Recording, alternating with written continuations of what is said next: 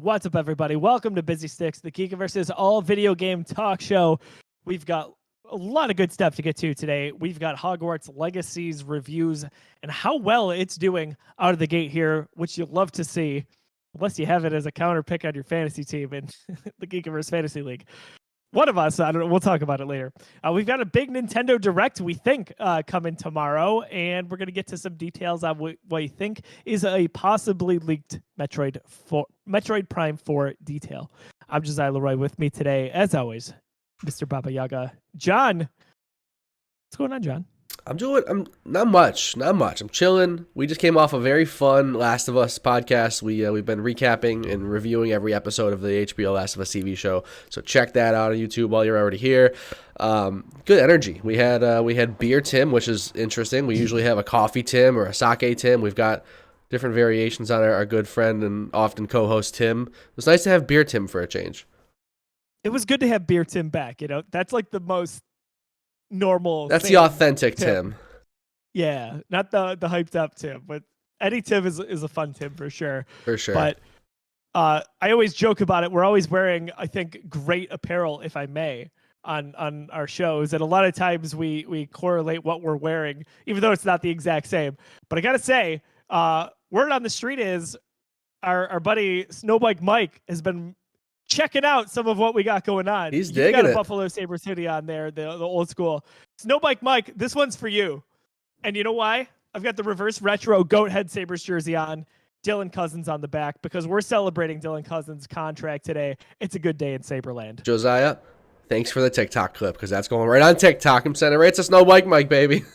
You are welcome, my friend. And no, we absolutely did not talk about that pre-show. John and I are just on the same page. We are. We've done hundreds of these, and it's so much fun every single time. You mentioned this hoodie and wearing Saber stuff. This is just my default hoodie now. Like, I am just to create a character, and this is just what I wear. I love this hoodie so much. It's like it's become outerwear where it's like I'm wearing it almost every day, and I don't care. I'm wearing it to work 2 days in a row, and I don't even care. I love it so much.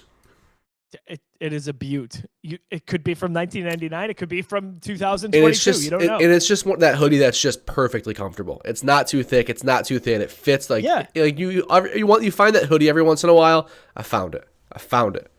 It fits well, man. It looks good. And honestly, I gotta say, I guess I gotta ask: is there a better combination in NHL history than what we've seen currently with the Sabres home and away in the royal blue and gold in their third jersey, which is the beautiful black and red alternate? It's the best 3-jersey kit in hockey history. You heard it here first. It is. I couldn't agree more. It's how it goes, man. Well, listen, we like hockey. We like video games, but there's one other thing that we like here. That's beer. What goes better? Maybe Mountain Dew. Sure. I'd appreciate that. But if it's alcoholic, it is beer. And of course, on Busy Sticks, we talk about what's in our system from a video game standpoint, but what's about to be in our system. John, what kind of beer do we got on the show here tonight? I got a pretty big one. This is a take on one of my favorite beers of all time. One of my absolute go-tos when I just want that taste of like my favorite style, which is the more bitter IPA, the kind of classic American West Coast IPA. I go for Sip of Sunshine, Lawson's Finest Liquids. Sip of Sunshine is a very classic take on that beer. And this is one I haven't had yet. This is a double Sunshine. I have had just the regular double Sunshine, which is the double version of that, but this is Ruby Red Grapefruit. And Joe, when I tell you that this tastes like our Genesee Ruby Red Kolsch, if it were an IPA, I'm not lying. It's Ruby Red Kolsch like all the way in the front, and then it's just that bitter back. So good, dude. So like if Ruby Red Kolsch was 8%, that's what this would be. I'm a Ruby guy. That's the summer go-to for me. John and I we're hanging out. We're at a party. That's what we've got in the cooler for everybody. So to hear that's really interesting. Check it out. Wegmans has it. Our Wegmans. It looked familiar, I gotta say. What did I pick up? The pressure drop. What you had last week? Oh yeah, what was that? I don't even know. Solo something. Yeah. Oh yeah, it was something Star Wars related. Pretty good. West Coast IPA. I thought it was one of their better beers that I've had so far. Yep. And the can art, you were right, man. I took 3 pictures of that thing and I was sending it to everyone. So It is cool. awesome. The best part is the Lord helmet from Spaceballs. Yeah, So absolutely. that's really, really fancy. Um, man, it's like we did this again for Snowbike Mike. We did not, but I've got to bring it on the show here. My beer of choice today is Resurgence's 391 IPA, honoring the great Ryan Miller. Look at that can art. We're going to just take this all the way through. Look at that. What a beaut. I cannot wait to pick mine up. Trevor, our good friend Trevor got me a 4-pack of that. Because I think like Tops is the only place that sells it. Is that true? Did you get yours at Tops? Wegmans, not our Wegmans. The Lawson Wegmans had it. And then every consumers I've been to 3 have had it so far. Interesting. I have not seen it. I have been to A Consumers and A Wegmans, but like 2 of the biggest ones in Western New York, and they haven't had it. I've only ever seen it on the shelf at Tops, at 2 different Tops, and I knew that Trevor had some for me, so I didn't pick it up. And it's what's nice is it's relatively cheap. So these 4-packs, they come with 2 of the IPAs. So I said this was 391 IPA. 391 is how many wins Ryan Miller had in his career as a goalie. The other one is Mills Pills. So it's this can, but it's black, which is awesome. And it represents the goat head era of Ryan Miller's time. So cool. And that's a pretty good Pilsner as well, which is not typically my go-to, but that's one I'm going to drink, right? I've been enjoying the Pilsners a lot more, like the Pilsners and the lagers lately. Steel Leaf, who I go to for trivia every Wednesday, they have a really, really good lager on. And I've been doing, when the Bills were playing, I went to like 3 games in a row, like five games in 8 weeks I went to for Bills games. So I was drinking a lot of Pils Mafia. So I was in the mood for the Pilsners and the lager. So that's been more my style lately. Dude, I sympathize with that. I've been actually a little bit drifting into stouts lately, which is interesting for me. I enjoy a good stout, but typically it's IPAs and sours for me. Yeah, but it's a place and time thing. It's like if I'm like craving a beer, I'm usually craving an IPA. I think like a Pilsner or a lager is kind of fitting more into that, where I might go for one of those. But a stout is very much like I'm in the mood for something different. I'm in the mood for that very, very sweet coffee, like dessert style beer, Absolutely. Well, cheers, my man. Cheers, brother. One more Sabres thing. Look at that. You just go headed out. Actually, just Sabres out, I guess. I'm just celebratory today, All right, I've got a fantasy draft update. One I don't really want to share. I wouldn't want to share it if I were you either. I knew the risk associated with it, and it is what it is. But we have the Geekiverse Fantasy Draft. We drafted games at the beginning of the year. Every time a major release comes out, or a release that one of us picked between myself, John, JT, or Tim, we're going to talk about it. So, terrible name. The team name Guardians is overrated. One Mr. John Torado. He drafted Hogwarts Legacy. I thought a gamble.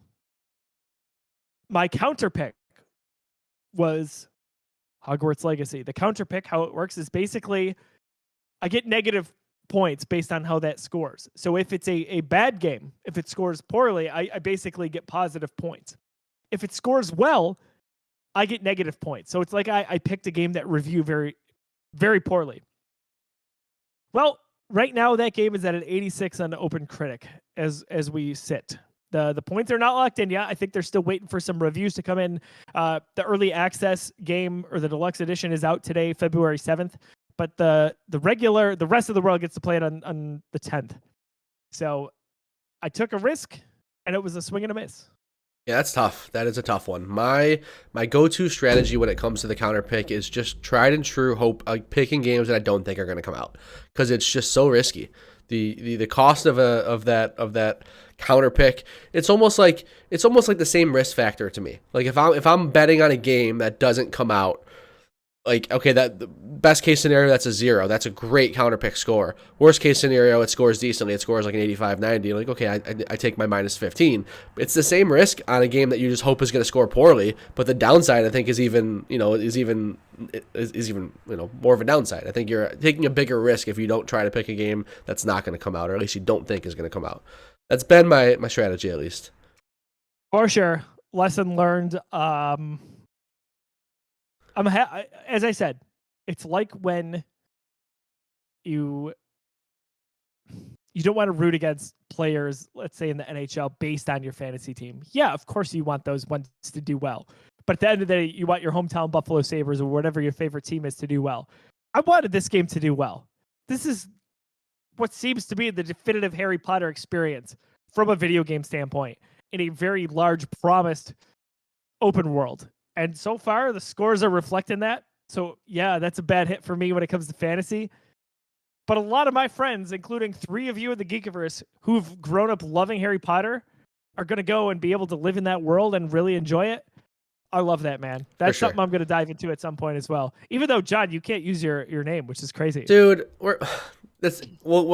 I was going to save that, but we'll get into that right now. We're talking Hogwarts Legacy. I had more fantasy critic stuff to talk about, but we'll dive right into that. Yeah, so the game's out today for early access. I get the game. I'm doing my character creator. I'm putting all this work. It's a decent character creator. They've got some good styles. They've got some good hairstyles, like different facial features, things like that. So I'm getting my guy pretty close to me. I mentioned to my wife, the closest a video game has ever come to my hair color. Like, I've got a very specific hair color that's not quite brown, not quite blonde. It's like, it's interesting. I can never find the right hair color. It's always too blonde or too brown.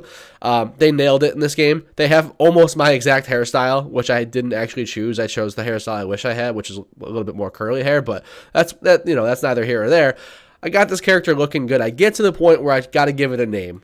What name should I go with? I don't know. Let's go with my own name, John Fick. Sounds good. That's on my birth certificate. Let's use that one, right? No, the game says you can't do that. You can't use this name because there's inappropriate words in it or something. Whatever. Restricted characters, I think is what they said. I'm so sick of this.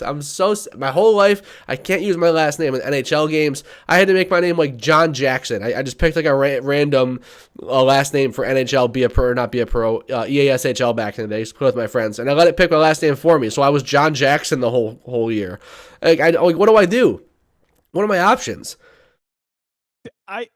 I told you, I've never found Josiah or Leroy in any video game. So like, right, but there's something different there. At least, like in a game like this, that's an RPG. You can at least type in Josiah Leroy and like you can see your name. I have to pick something else now. Like I have to come up with something. So I'm going. What I've I've said, I've encountered this before. I know I'm well versed in this. A lot of games. Like, what do they care? First of all, it's not an online game. If I wanted to be like Shitty McShithead, like I should be able to. Like, who cares? It's my character. I'm not going into like online rooms with people who are gonna see the name anyways. But neither here nor there. I lost my train of thought. My point is. So what is the name that you went with? I didn't do it yet. I stopped. I had 45 minutes to get the game started before this episode. I spent about 25 minutes on my character creator, and I spent the other 20 minutes just bitching that I can't use my actual name.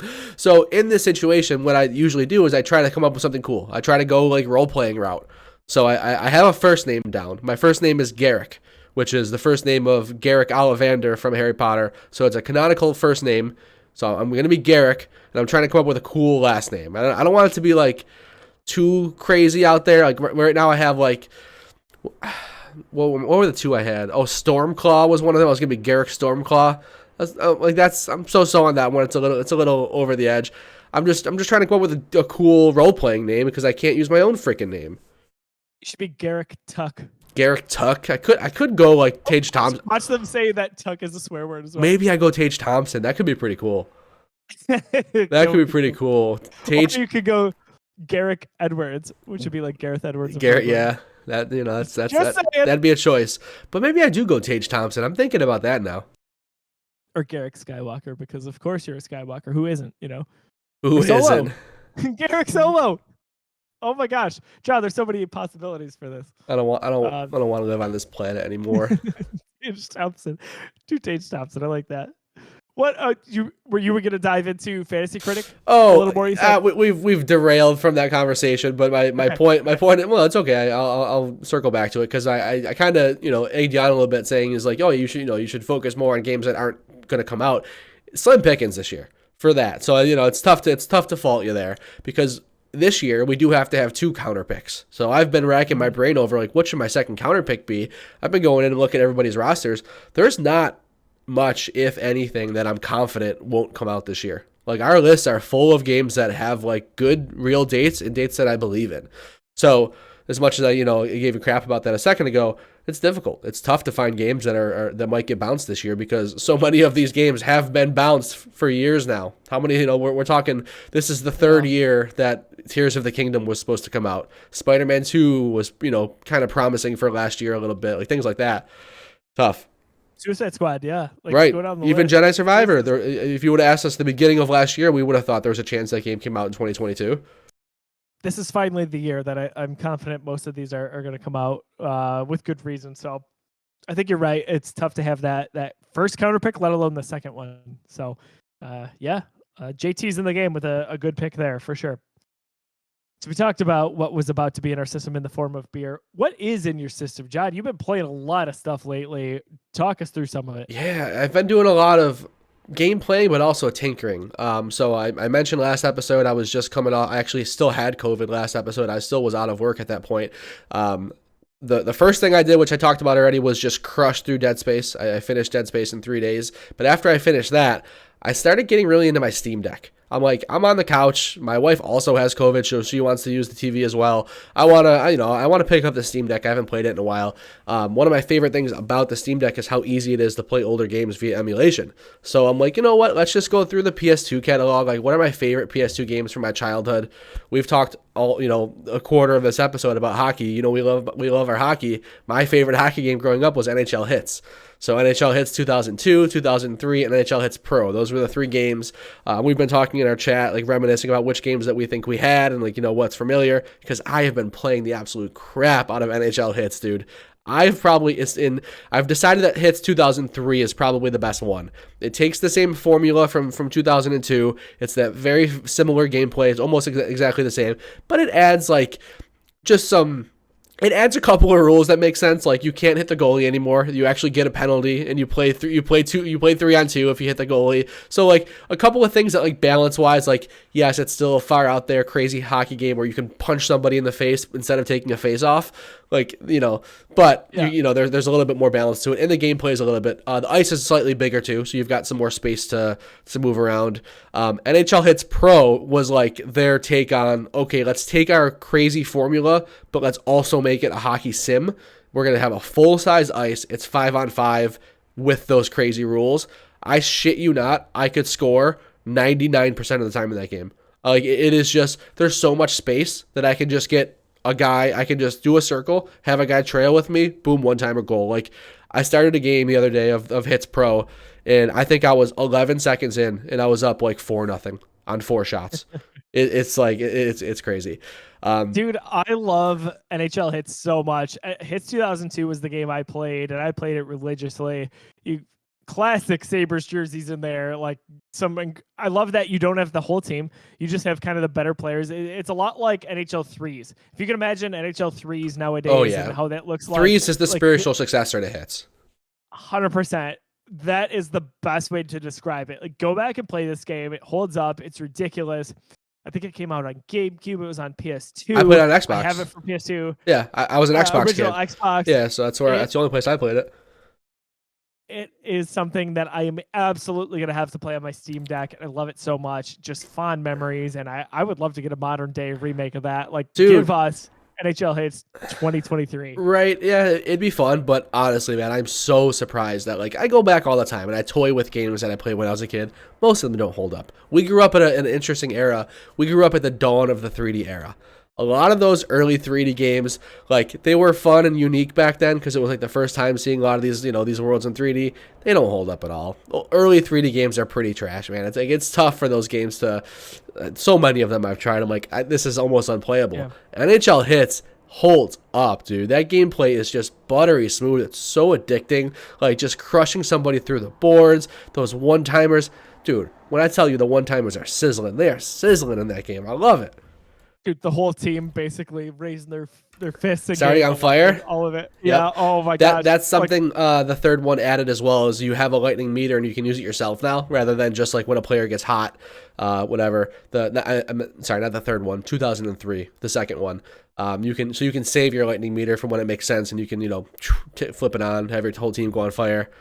It's a blast, man. And it's unlocking so many memories. Like when you play the game, you earn credits. And then after every game, they ask you an NHL trivia question. And if you get that right, you get more credits, which like those have been very interesting. I've gotten most of them wrong because they're trivia that was being asked in the early 2000s. So it's like, 90s and 80s stuff that I'm not too familiar with. But the credit system is you go in and you buy other arenas. Like I remember so vividly the Shark Tank. That's where I played every game when I was a kid. I always played the Shark Tank. There was like a UFO version too. Like all that stuff I'm stumbling across is just bringing back so many awesome memories.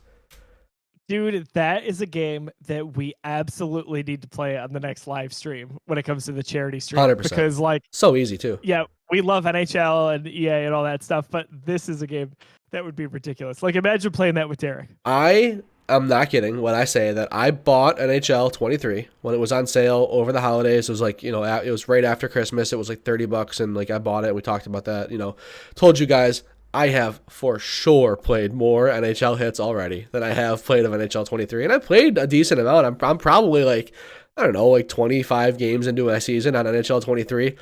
I've been putting hours into this game every night, man. Going to bed with it in the Steam Deck, like just playing from 9 o'clock to like 11:30. Like it's been awesome. It's been really cool.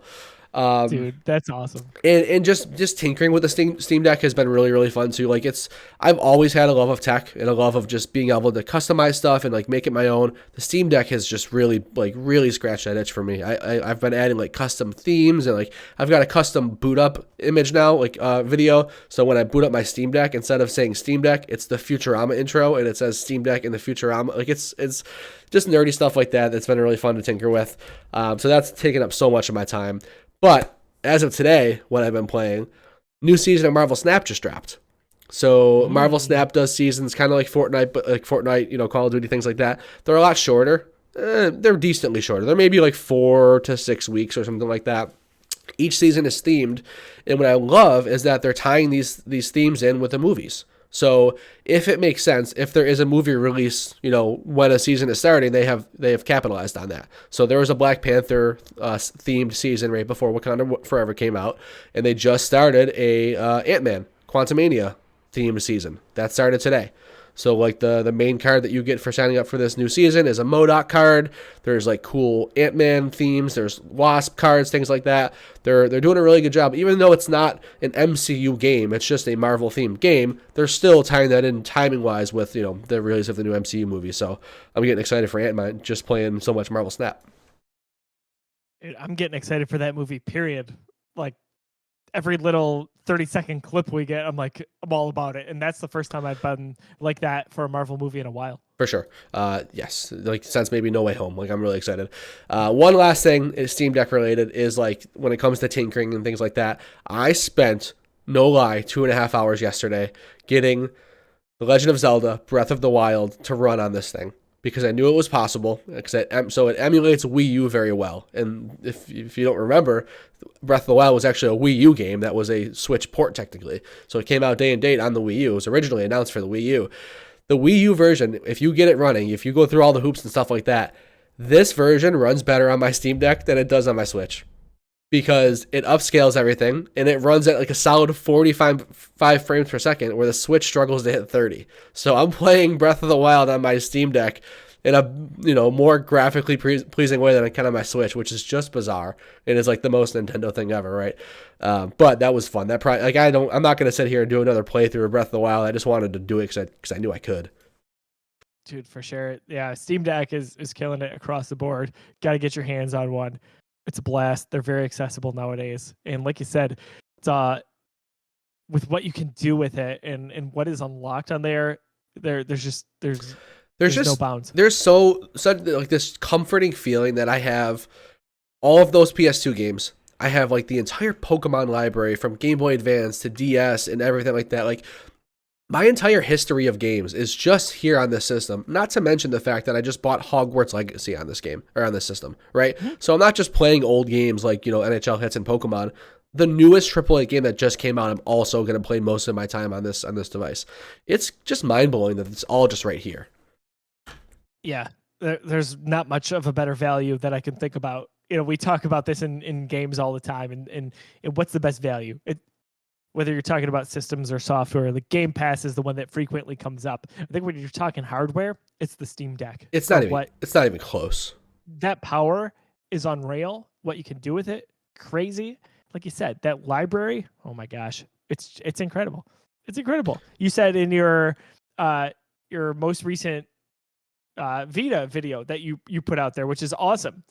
Kind of that the Vita walked so that the Switch could run. So if that's true, it's so the Steam Deck could sprint because oh my gosh. See, I said fly. Dude. I said fly when I said it, but hey, either way. For sure. Yeah, it's good stuff.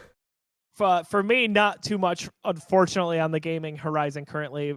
Still plugging away at Dead Space and enjoying that nostalgia. Said a lot about that last episode. How far are you? Check out our review of that. I am chapter 5. Okay. I think. So decent headway. Getting close to halfway. And then, you know what? One thing I'll mention, I gave up on the just doing the wire cutter. Oh, did you? The plasma cutter? Plasma cutter. I wanted to use some of the other weapons. They're fun. And I couldn't hold off anymore. They're so fun.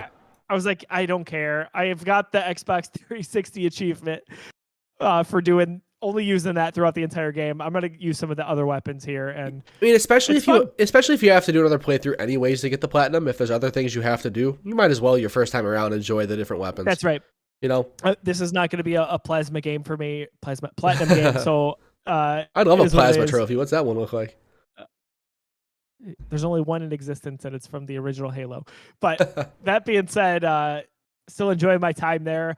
One game that I've been playing a little bit more than usual is Mario Strikers. Oh, dude, nice. Having a blast with that. Got it for Christmas. Daisy and I had played a lot of the demo, so sometimes we'll play co-op with that. But I've just been popping that on my OLED recently and going through some of the championship modes. And I finished off the last one there. That is so satisfying. I love the balance between all the characters and the attributes that they have. Like, are you going to go for an all speed team? Are you going to go for a mix of power and speed? There's so many ways you can go at it. And at the end of the day, it's a fun simulation. So when you mentioned NHL hits, I'm thinking about fun sports simulations. Or kind of not simulations, arcade. Right. Yeah, for sure. That's one of them. So I've been sinking some time into that lately, and that's another game I think we could play on the live stream and have some fun with. I would love to get my hands on the new one because, like, it might sound crazy to a lot of people that own a Wii, but that was by far my most played Wii game, other than Wii Sports. Everyone played Wii Sports the most, obviously. But in terms of a secondary title, a non-Wii Sports pack-in game, I played so much Mario Strikers. That game was so much fun. And I have not touched the new version, so it might be something I could see myself diving into. It's not a terribly deep game. There's a decent sized character roster. I know the Battle League online is kind of where they're going with that to try to hope to dive into more esports. But even that being said, at a $50 or $60 price tag, I'm having a blast with it. So yeah, it kind of seems like that's their, unfortunately, that's kind of the, what they're going to be doing with their sports games nowadays. Like Mario Tennis Aces, we had the same thing. Mario Golf, same situation. I actually bought Mario Tennis and played a good amount of it. And I agree with a lot of those criticisms that, like, yeah, the gameplay's there. It's fun. It's just not very deep. I just wish there was more challenges, more challenge modes, more courses, more characters. I just wish there was a little bit more of that kind of stuff. Seemed like the same criticism was there for Mario Golf, a game I didn't play. And again, it seems like a three-peat here with Mario Strikers. We're like, yeah, it's the core gameplay that you enjoy from a Mario sports game, and you're going to get your time with it. You're going to enjoy it. There's just not a lot of substance beneath the surface there. There's definitely a part of me. So we have tennis, we have golf as well, but we bought them at a discounted rate from a friend. And there's a part of me that's like, these should really just be a compilation. But of course, that's not how it goes. People pay for it. Right. That's fine. It's a great thought, though. It is what it is. But a Mario Sports, like a suite of games, that'd be pretty cool. Those individual games are not deep enough, in my opinion, to justify it. But here I am playing them anyway, so it's okay. It's fun. So we've been playing a lot of that. I mean, You want to talk about justification for price, man. I just paid an extra $10 for Hogwarts Legacy just to have the game early, and I'm so mad about it. Like, I thought today was the release date because, like, everyone's playing it. It's, everyone's talking about, oh, yeah, Tuesday you can get it. And I find out that's just the digital deluxe version. But on console, that's the only version that exists because that's the $70 SKU. So there's no $60 non-digital deluxe version on console. So on console, more or less, the release date just is today. You can walk into a Best Buy and grab the game from, like, because it's only the deluxe version because they're only selling it for $70.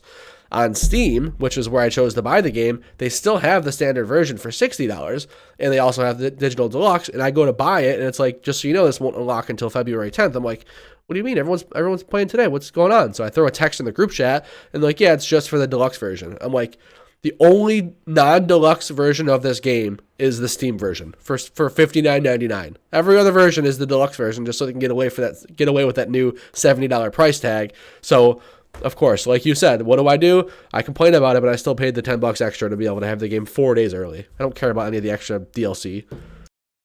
And they don't even let you use your name. The nerve! Oh, you had to bring it back up. Well, let's get into the news. We've only got 2 topics here, one of which is the review roundup for Hogwarts Legacy. So that hits this week, depending on which version of the game you get. And boy, the scores are looking good, my friend. So just a few numbers here. From GameSpot, we've got the roundup. IGN, 9 out of 10. True Achievements, 9 out of 10. Pure Xbox, 9 out of 10. VGC, 4 out of 5. Game Rant, 4.5 out of 5. So on and so forth. A quick summary from IGN. In almost every way, Hogwarts Legacy is the Harry Potter RPG I've always wanted to play. And I think we're seeing that across the board with people who are reviewing this game who grew up with the series, whether it was the books or the movies, and know the video game. And like I said at the start of the show, I'm happy that this is doing well from a critic standpoint. I'm happy that people are enjoying this game, especially long-time Harry Potter fans. That's great to see. Scoring well. We know this is going to sell well. That's only going to go through the roof with this. John, reactions? Because I think we were on the fence. This was either going to be really, really mundane or it was going to be really good. I think so far it seems it's really good. Yeah, for sure. So it's one of those situations where I'm kind of happy I was wrong because I really was not hopeful that this game was going to pan out well. Just kind of looking at what the studio had done in the past, like they've done quality work, Avalanche Studios, not the Avalanche Studios that brought us not Max Payne. What's the other? Mad Max. I knew there was a Max involved. Not that Avalanche Studios. The Avalanche Studios that brought us Cars 3 and Disney Infinity and other, so that, that's their track record. Polished stuff, but going into a AAA open world game, in seeing the previews that I saw, it looked interesting, but I've said this a few times. It to me, it just screamed Jack of all trades, master of none. Just incredible depth. Yes, you can customize the room of requirement. You can put whatever you want on the wall and like your quarters and stuff like that. You pick your house, you customize this, you customize that, and you like cater the experience to yourself. And it's a really, really deep game that way. That's not selling me on a game. I don't want a game that is just so deep with all this extra stuff that's just superficial. It's just like ways to kill time. That stuff's great if it's additive. It just seemed like that was all we were getting. And they never really talked about they never really spent too much time on showing us the gameplay, the spells and the way like you take down enemies and like what the actual flow of the combat was and how the story was structured, things like that. And that's what worried me. That's like, all right, man, is this just a game with like a trash story and like so combat where you can just do all this extra Harry Potter stuff in? And luckily I'm wrong. It does not seem to be the case. People are saying that like, yes, the first maybe hour of the game is a bit, mundane. And once you pass that and once you've kind of come to terms with what this world is, they do a great job with the story. And it gets really interesting. There's an awesome cast of characters and the combat actually is fun. They figured out a way to make the spell, casting actually feel good. So for all intents and purposes, I was wrong. None of my concerns seem to be valid, and I'm happy about that. I'm happy for the developers. Dude, I'm totally with you there. This screamed to me, we're making a generic RPG with countless hours of missions, but we're calling it Harry Potter. We're putting it in that universe. We're slapping that license on it. Yep. That, for me, it turns me off quickly to games, even if this were a Star Wars game. Star Wars, it's my bread and butter. I love it. Generic Star Wars games, no thanks. It doesn't seem like that's the case. I felt like in the lead up to this, we really didn't see that much. We saw some things here and there. We actually saw a lot, but it was not what like we needed to see. We saw so much of that extra side stuff. We saw how you can customize the room of requirement and how you can like fly past the Quidditch field, stuff like that. We saw so much. We got a lot of like really extensive coverage, but it wasn't the substantive stuff that like you and I are looking for. Like it wasn't the. That's what I'm saying. Right. We saw a lot of stuff, but what is it, quantity or quality? And to me, it was a lot of that side stuff where I'm like, this does not interest me. This game is going to be a flop. It seems almost rudderless. You have to sell me on the core game, and I have to want to play the core game for me to be interested in the side stuff. Where I know that's not the case for other people. Some people really are just looking for the best bang for their buck, and they want to buy a game, spend their $70, and just experience as much as they can and do all the side stuff and get the most bang for the buck. That's not you and I. You and I are just looking for the most polished experience possible, whatever it costs, right? Whether it's a $40 game, a $60 game, whether it's 6 hours, whether it's 22 hours, I don't care. I just want that to be a very, very polished experience, right? I was worried this wasn't going to be that, and it seems like I might be wrong. This seems like, there's a few of these games, I would say a year, that come out and it's an event. Whether you're a gamer or not, you want to play it. And I'm not saying it's on this scale, but there's facets of this that remind me of Animal Crossing. When that game came out and everyone had to play it, whether you were a gamer or not, people were trying to buy Nintendo Switches just to get their hands on that game. And there's a little bit of that here where it's like, I don't care if you're a Harry Potter fan or not, you've got to take the dive into this. I think that stems from the fact that there are so many Harry Potter fans. So like it seems like everybody loves this game, but everybody is a Harry Potter fan. So like the people like yourself who are not into Harry Potter, your perspective is like everybody loves this game. Everybody wants, everybody's in on it. I'm like, you got the FOMO, the fear of missing out, but it stems from the fact that like there's just so many freaking Harry Potter fans. We're just in that age demographic.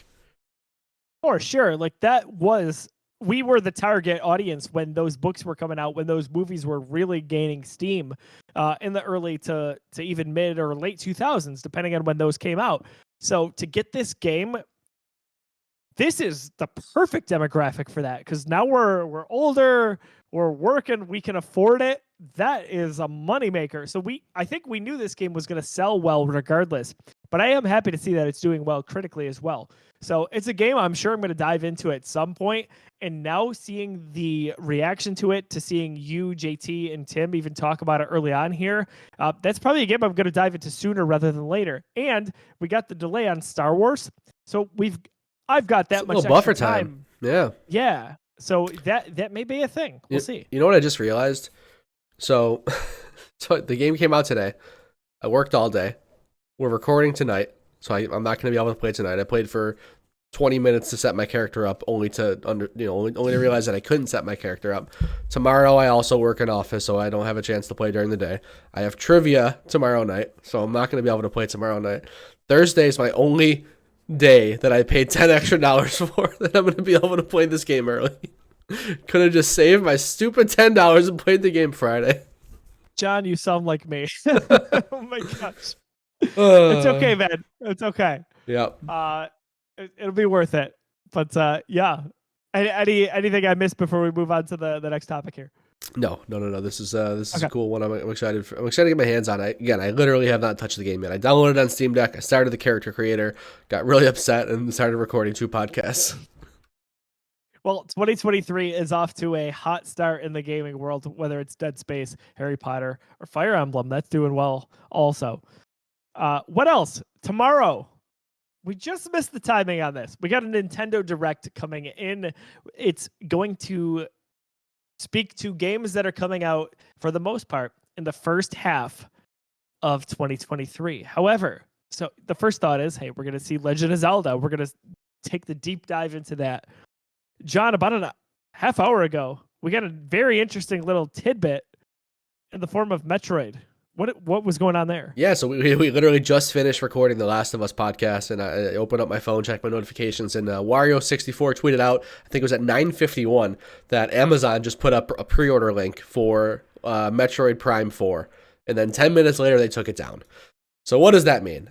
Who knows? Who knows? It could have just been somebody at Amazon prepping for the possibility that they could, that they could announce Metroid and give some more information, so they just wanted to get that page ready. Or they could have some information. They certainly could. They could, they obviously Nintendo is, has a good relationship with their retailers. There could be some cross information there. There's a chance. We have not heard about Metroid Prime 4 in a very long time. I want to say that game was announced, and this could be wrong. I could be a year or two off, but I think it's 2016. I want to say 2016. It was 16 or 17. I had 17 in my head. Right. It's close. So we are talking 7 years since the announcement of this game, if it is 16, right? Like, whatever. Even if it's freaking 5 years. Like, it's a long time to not only have just not seen much about the game, we have not seen more than a splash screen. We saw the title treatment of this game, and that's it. We have not seen a cutscene. We have not seen a CGI trailer. We have not seen a leaked piece of artwork, nothing. This game, for all we know, doesn't exist.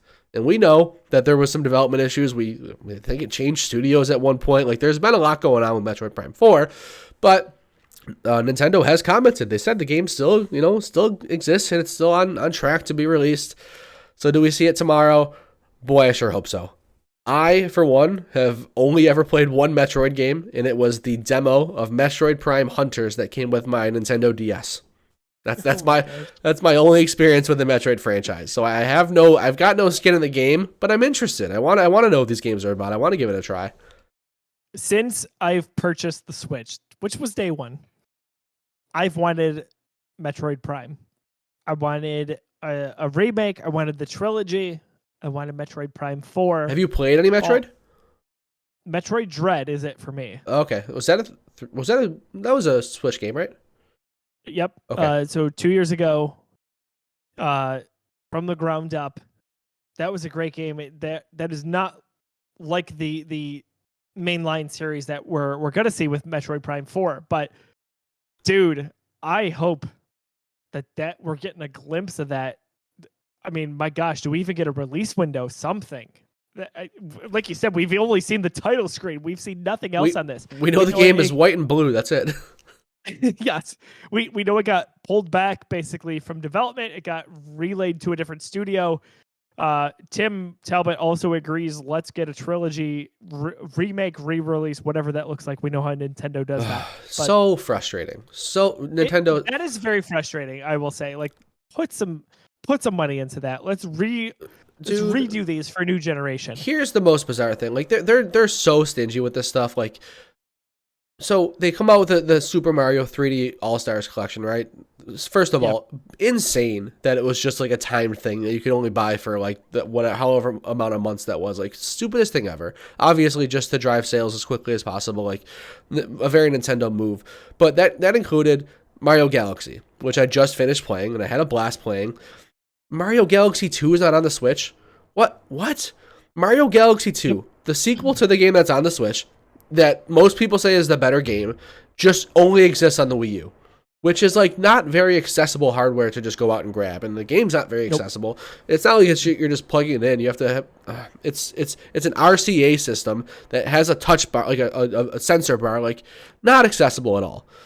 Like, they're so frustrating. Nintendo, like, I love them to death. They make some of the best toys on the planet, right?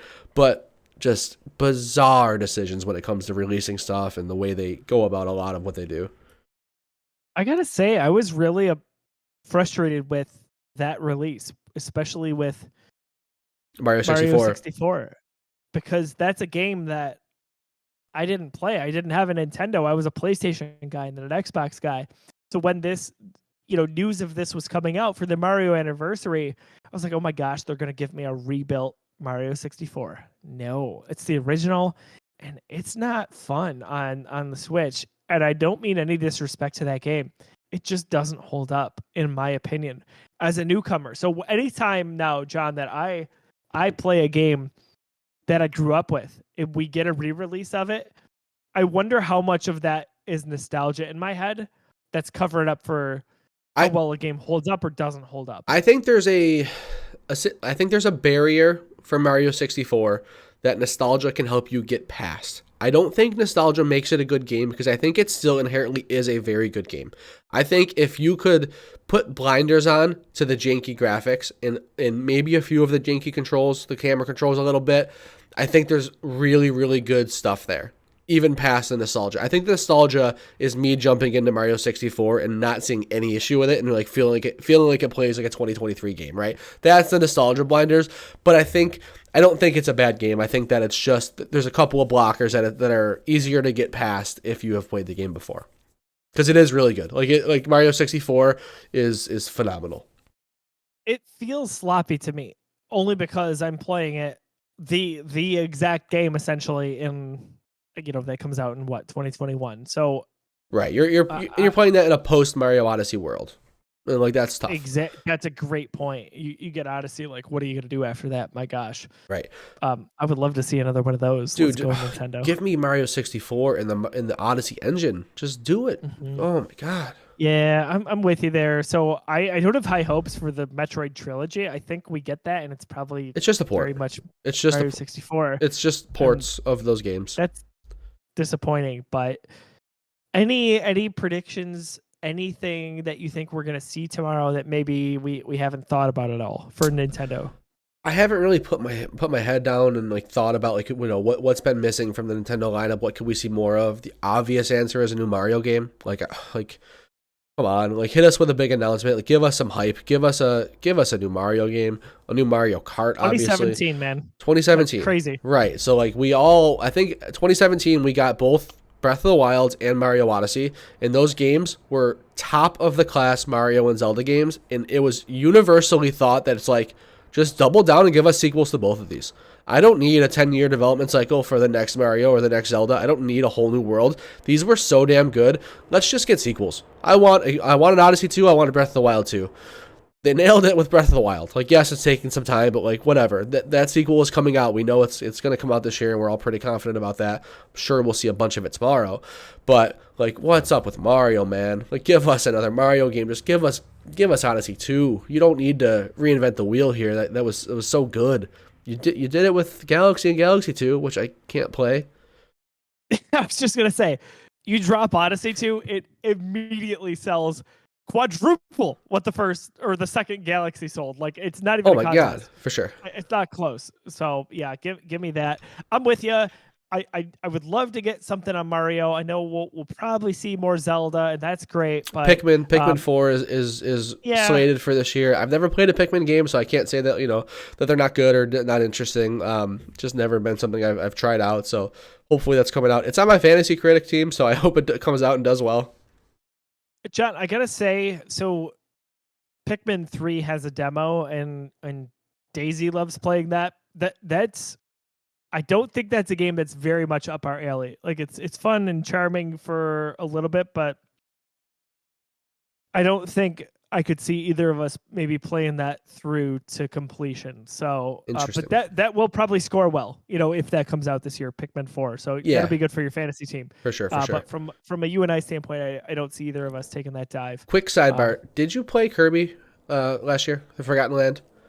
No, dude. I have not, but it's a game that we played that demo so much, we've got to just buy the game. We're talking about doing an episode of Busy Sticks where you and I talk about like our biggest backlog games. Like, what are the games in our backlog that are just like shining, like absolute must plays that we haven't touched yet? That one's creeping, like, for me. Like, that is like really, really scratching at my heels. Where like I want to play that Kirby game because people say it's real good.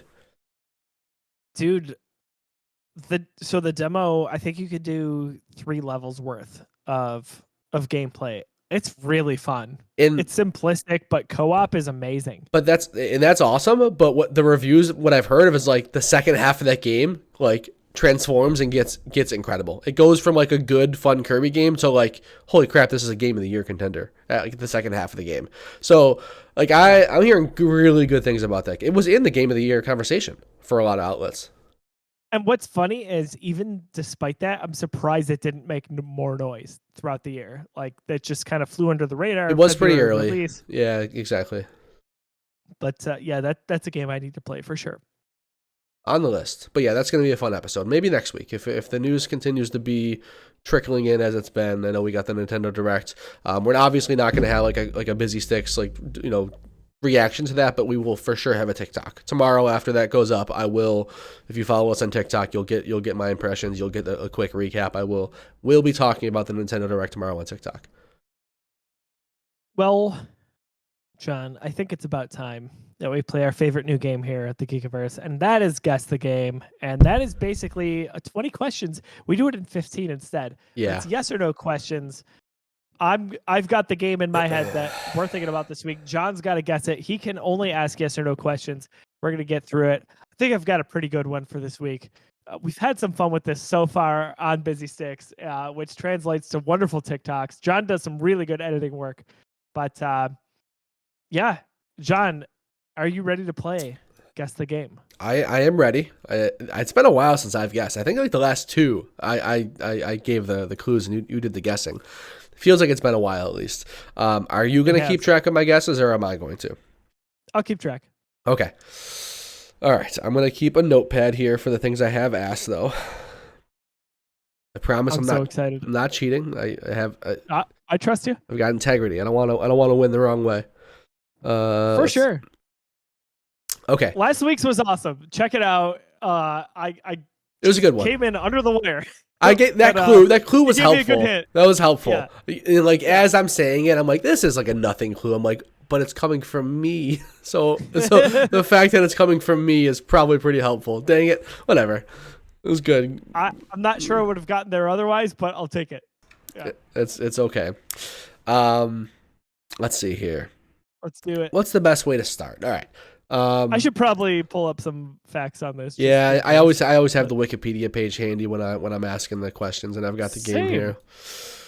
It's a good way to go about it. I'll do that right now, just in case. Okay. I think I could tell you everything off the top of my head, but we'll see. That's okay. That's a bit of a hint, not a big one, but you play a lot of games, so that's not too much. I do.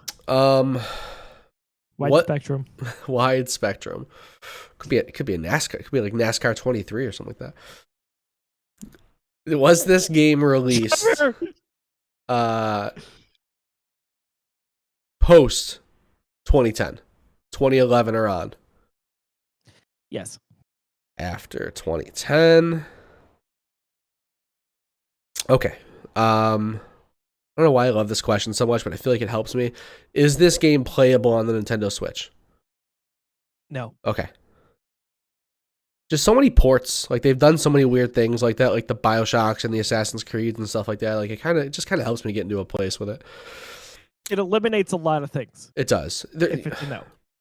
Right. In retrospect, probably some questions I could have asked sooner to avoid that question. As in, is it exclusive to either a PlayStation, Xbox, or Nintendo ecosystem? No. It's not. Okay, so it's not exclusive. So my Switch question is pretty helpful.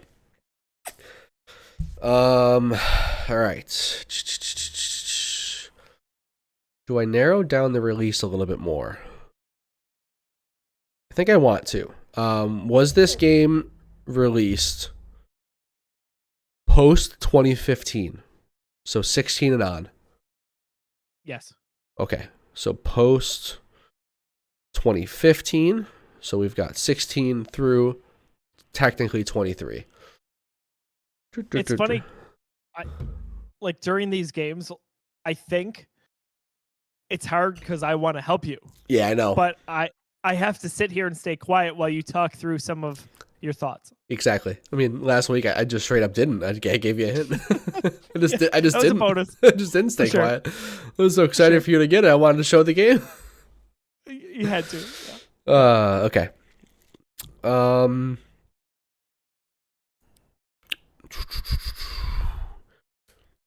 Is this game would it fall into the category of a shooter? Yes. So post 2015 shooter. Dun, dun, dun, dun. Is this game part of a franchise? Yes. It is. Franchise. Not exclusive to any console not on the Switch. So we're talking in theory, Xbox and PlayStation game that's a shooter. Certainly could be some kind of a trick where it's Portal 2 or something. But I got a friend. hey, who's that? Is that Buddy? This is Buddy. All right, Buddy, you're a bully. We are a Lindy family here.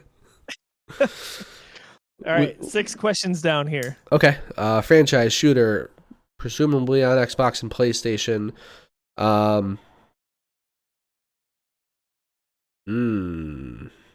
Okay. Some of the years are going to trip me up here for sure. Like post 2015 is going to be.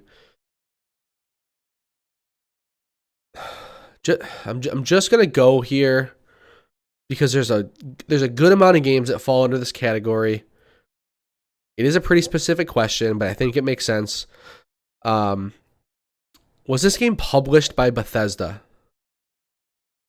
No. Okay, so that gets rid of Wolfenstein and Doom. Like, okay, not Bethesda, because those are both cross-platform triple. I mean, I didn't ask for triple A or anything like that yet, but like that helps. I think that was a very good question. That eliminates a lot. It helps me a little bit. So it's not Bethesda. It is a franchise. It's a shooter, and it's after 2015. Shooters after 2015. Dun, dun, dun. Let's start burning stuff here, but I need to kind of get narrowed down. Is it a first person shooter? Yes. First person shooter. Okay. Post 2015, first person shooter. It's on multiple platforms. It's not Bethesda. So I think I should interject here. No, don't, because I think I want to go for it before you interject. Okay. I think I just want to throw one at the wall. Okay. So I'm at 1, 2, 3, 4. Yeah, you've asked 5. 8, I believe. I have 8. Okay. No, you interject first. So I want to help only because I don't want you to think that something was implied here. No trickery. It is a first person shooter. Okay. Doesn't necessarily mean it's only a first person shooter. Got it. I think that's a relevant thing to not like guide you down a different path, so to speak. Understandable. But, okay. Understandable. It can be toggled. We'll say. Yes, got it. Understandable. Okay. I'm still gonna go for it because it sort of applies. It sort of applies. Is this game Titanfall 2? No. Very, very good guess. Okay. Damn, I love that game so much. Who doesn't love Titanfall 2? And Criterion, it lines up there with what you've asked. You're in third person when you're in the Titan. So like I'm like, all right, that makes sense. Yes. Part of a franchise is what's getting me. You know, there's just so much out there.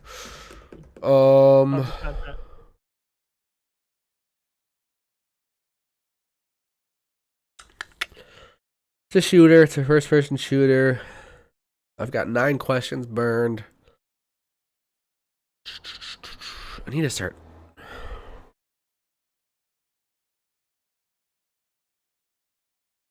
Hitting the wall. We've all been there. But we've all gotten past it. We've all made it out on the other side. I'm just thinking about playing Titanfall 2 now. I know, right? God, I love that game. It's so good. Stop playing Apex. I gotta play that campaign again. Stop playing Apex Legends. Help us out here. Let the game die. We need Titanfall. For sure. Dude, that game on Game Pass right now would be like, oh my god. A Titanfall 3 on Game Pass. Oh my gosh, dude. I can't believe Titanfall 3 hasn't happened. Like Apex is just doing so well. The studio is big enough. Come on. Apex plus Jedi Survivor Fallen Order. Like I know. I get it. But I could see a universe where all of that exists. Right.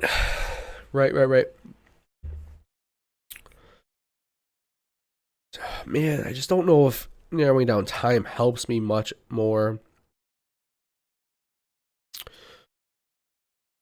Okay. This is tough. Yeah. I'll tell you that. It Yeah. is. This. No doubt about it. Fits into so many categories. I just had one where I was sniffing up a tree, and then I realized that it's not first person at all. I was thinking Control. Like it would have been around there. I guess technically that's on the Switch as well, but it's like cloud version. Whatever. I guess that kind of counts. It does count. It would. Yeah, I would have answered the same way. Man, video games. A lot of those. A lot of those video games. So many. Better not be a stupid Sniper Elite game. Hey, those are good games. I know. My problem is I wouldn't even know what to ask. I wouldn't even know which one to ask. I don't even.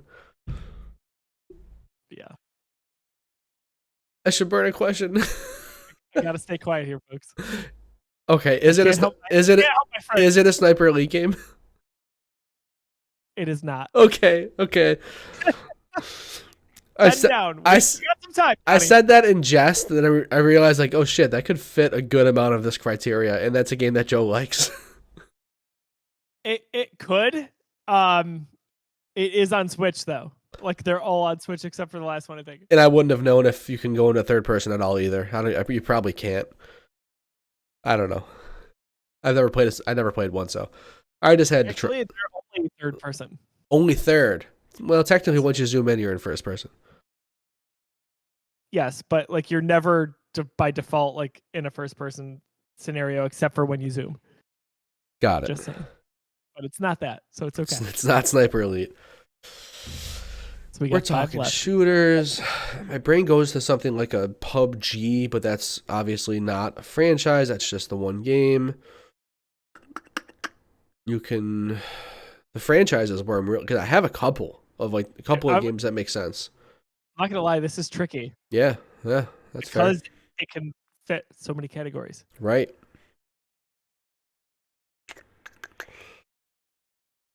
Man, I was just thinking like, oh, is it like Fallout 4? I already asked Bethesda. Not Bethesda, John. I was just thinking about something else. What was it? Kind of thinking like Borderlands, but that I don't know. I'm not confident that you can go third person in Borderlands. I think that's just a first person game. You don't need to give me hints. I'm just talking out loud here. Oh, trust me, I know it's hard. Yep. I'm sitting here going, "Don't talk, don't help. Shut don't up, help. Joe. Shut up, Joe." Come on, chat. Get involved. Yeah. Oh, help him out. He's gonna get this one. I know he is.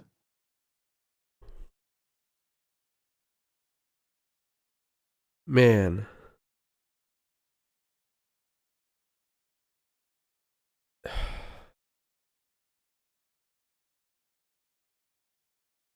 I know you feel like you're not close, but I'm confident you're gonna get this. All right. Just saying. Okay. All right. I think I might be on to something. Okay. I might be on to something. A little bit of something. Okay. Something. I have no idea where Buddy went, by the way, which is a little concerning. I found Minnie Mouse over there. Either that or my cardboard cutout. One of many. How do I narrow this down though? I've got a game in mind. I've technically have two games in mind in this franchise. How do I narrow it down? I can ask very specific questions about this game, but that only leads me to give me clues about this game. How do I phrase it in a way that helps me? Okay. Is this an ongoing game? Game as a service type game? Supported for multiple years, different content drops, like game as a service, would you consider it one? No. Okay. An online game, yes, but not a like it not a game in the vein of Fortnite, Okay. so to speak. Right. So my brain was at Destiny. I was at Destiny 2 with that one. Very much would have fit everything. Oh, yes, it would have. It would have fit everything. Wow. But games of service helps me elsewhere as well. What am I at question-wise? You've done 11, so you've got a bunch left. 4 more? Plus a guess. 4 more plus, I guess. Man, this time frame is tough. It is. 15 really to 23. Console really doesn't matter at that point. Not Nintendo. It's not on Switch, not Bethesda. It's a franchise. It's not exclusive to Xbox or PlayStation. Yep. First person, right? Mostly. Well, you said, I said, is it a first person shooter? And you said yes, and you clarified that maybe it could be Both. more than. Yes. You can toggle, I said. That's fair.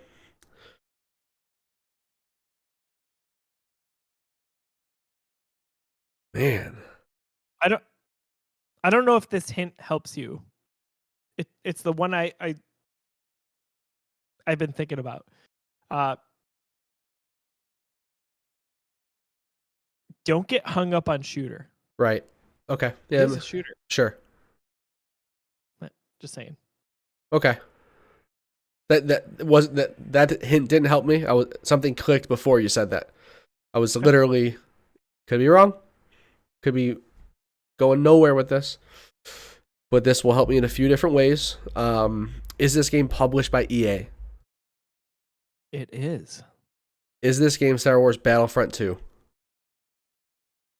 Lucky number 13, baby.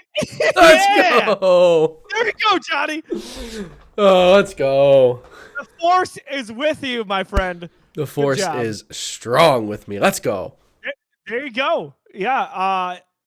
I felt like it's such a broad game because, yes, it is primarily a shooter, but you can toggle between first and third person.